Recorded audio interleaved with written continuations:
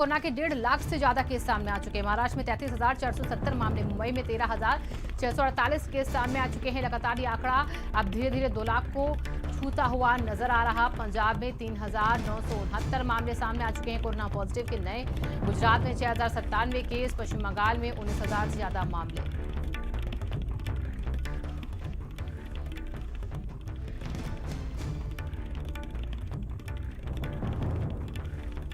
और हमारे संवाददाता अवैस उस्मानी जुड़ चुके हैं ज्यादा जानकारी के साथ इसी खबर पर। अवैस, ये जो राज्य अभी तक आंकड़ों में सबसे आगे निकल रहे हैं, तो इनको लेकर केंद्र सरकार अब और क्या नए इंतजाम कर रहा है ताकि कोविड की इस लहर को यहाँ पर रोका जाए? देखिए, कोरोना के मामले लगातार बढ़ रहे हैं। सबसे ज्यादा मामले जो हैं वो महाराष्ट्र, दिल्ली, पश्चिम बंगाल और केरल, तमिलनाडु, कर्नाटक और गुजरात, ये ऐसे राज्य हैं जहां पर सबसे ज्यादा मामले जो हैं वो सामने आ रहे हैं और चिंता का विषय बने हैं। केंद्र सरकार लगातार स्थिति की मॉनिटरिंग कर रही है। अगर आज के मामलों की बात करें तो 1,68,000 से ज्यादा नए मामले सामने आए हैं।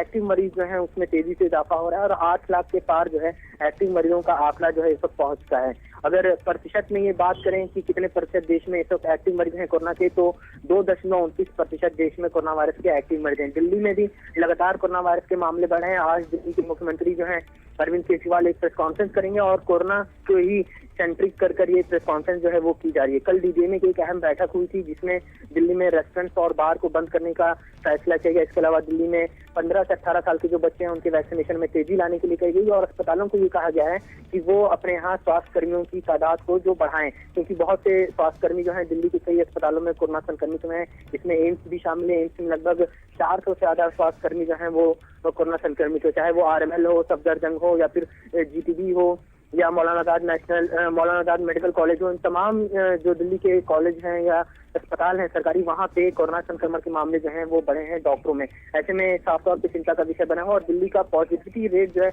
वो भी 25% तक पहुंच गया है। फिलहाल दिल्ली सरकार की तरफ से कल ये कहा गया था डीडीए की बैठक के बाद कि लॉकडाउन जो है वो अभी नहीं लगाया जाएगा, लेकिन जिस तरह के हालात बन रहे हैं ऐसा लग रहा है कि दिल्ली धीरे धीरे लॉकडाउन के लिए बढ़ रही है। अगर मैथमेटिकल फॉर्मूले की बात करें तो IIT कानपुर के एक प्रोफेसर जो इस वक्त मॉनिटरिंग कर रहे हैं कोरोना के हालात की देश में मैथमेटिकल फॉर्मूले के जरिए, उनका कहना है कि दिल्ली में आने वाले दिनों में कोरोना का पीक जो है वो आ सकता है और जनवरी के आखिरी हफ्ते तक ये आएगा और 50 से 60 हजार केस जो है एक दिन में आ सकते हैं। तो फिलहाल हालात जो हैं वो बेहद गंभीर जो है कोरोना वायरस को लेकर बने हुए हैं देश में।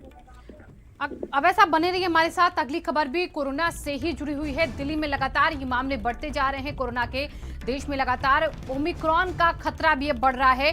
कोरोना मरीजों के साथ साथ देश में ओमिक्रॉन के मरीजों की संख्या 4,461 हो चुकी है। देश में ओमिक्रॉन से अब तक 1,711 मरीज जो हैं वो ठीक हो चुके हैं। यूपी में ओमिक्रॉन मरीजों की संख्या 275 पहुंच चुकी है। महाराष्ट्र में 1,247, राजस्थान में 645, दिल्ली में 546 केस ओमिक्रॉन के, कर्नाटक में 479 केस, केरल में 350, यूपी में 275 ओमिक्रॉन के मामले सामने आए हैं। हमारे संवाददाता अवैस उस्मानी इसी खबर पर जुड़े हुए हैं लगातार। अवैस, ओमिक्रॉन के केसेस दिल्ली में भी रफ्तार पकड़ते, कई राज्यों में रफ्तार पकड़ रहे हैं, तो ओमिक्रॉन की जो संक्रमित होने वाली दर है वो ठीक होने वाले मरीजों से कितनी ज्यादा है अभी?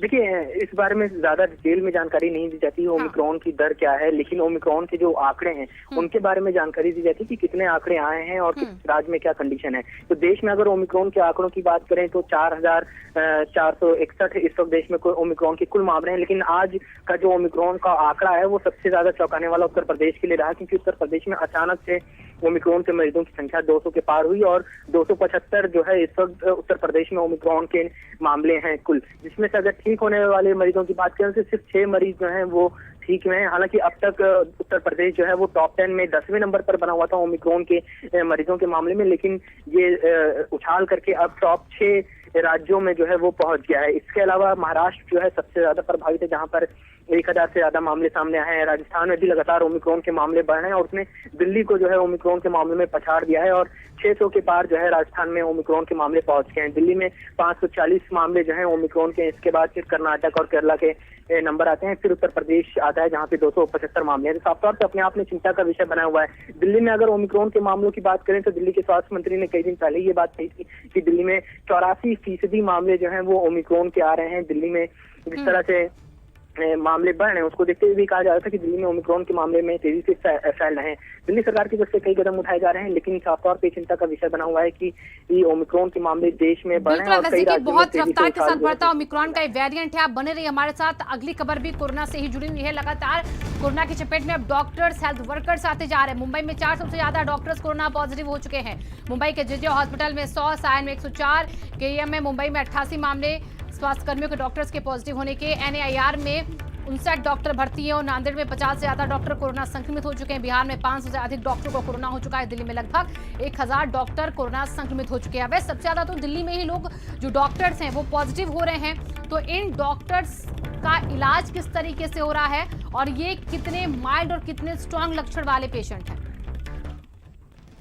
जो है वो डॉक्टरों में जिस तरह से कोरोना वायरस के मामले बढ़ रहे हैं उसको देखते हुए, क्योंकि दिल्ली के कई अस्पताल ऐसे हैं जहां पर ये दिशा निर्देश जारी किए कि अगर आप कोरोना संक्रमित होते हैं और आपको हल्के लक्षण हैं तो आप तब पर भी ड्यूटी पर बने रहें, आइसोलेशन में जाने की जरूरत है। इससे दिल्ली में जिस तरह से डॉक्टर संक्रमित हो रहे हैं उसके हालात की जो है समीक्षा की जा सकती है कि कितने गंभीर हालात जो हैं दिल्ली के अस्पतालों में, डॉक्टरों में और स्वास्थ्य कर्मियों में कोरोना संक्रमण फैलने के हैं। हालांकि अगर आंकड़ों की बात करें तो दिल्ली में अब तक 1000 के आसपास जो है वो बताया जा रहा है कि डॉक्टर कोरोना संक्रमित हुए हैं। मुंबई में अकेले 500 से ज्यादा लगभग डॉक्टर जो हैं वो कोरोना संक्रमित हुए हैं और बिहार से भी ये खबर आ रही है कि बिहार में भी 500 से ज्यादा डॉक्टर जो हैं वो कोरोना संक्रमित हुए। देश के कई ऐसे राज्य हैं जहां पर कोरोना संक्रमित डॉक्टर हों या स्वास्थ्य कर्मी हों उनकी तादाद में इजाफा हो रहा है। फिलहाल दिल्ली की अगर बात करें तो दिल्ली में जिस तरह से डॉक्टरों में संक्रमण बढ़ा है, कल डीडीएमए की जो बैठक हुई उसमें भी दिल्ली के अस्पतालों से कहा गया है कि वो अपने यहाँ डॉक्टरों और स्वास्थ्य कर्मियों की संख्या को मेंटेन करने के लिए जरूरी कदम जो है वो उठाएं और अगर जरूरी हो तो भर्तियां भी